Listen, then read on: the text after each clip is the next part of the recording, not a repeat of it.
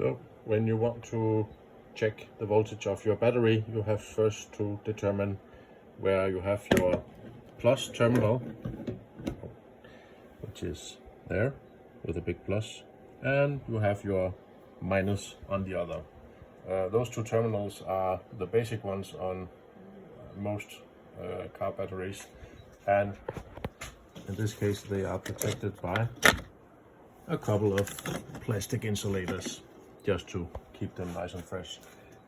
You look for any corrosion, which will look like salt crystals, white, forming around the connection. If it is clean and it is well maintained, it will look something like this. This one has been pulled off, it has been degreased with acetone or the like, and then lightly sanded, and the same with the pole shoe. On the other side, the plus terminal, it is the same story. You just check if the connection is loose. Also look for any corrosion, make sure it is degreased, and maybe a light sanding. And then when you tighten it down strong, and then a little bit more. You can see the metal also bending a little bit here. So it's okay if you put a little bit of extra pressure so there is a good connection. And of course, if it's loose or wobbly, it's totally wrong. It has to be strong.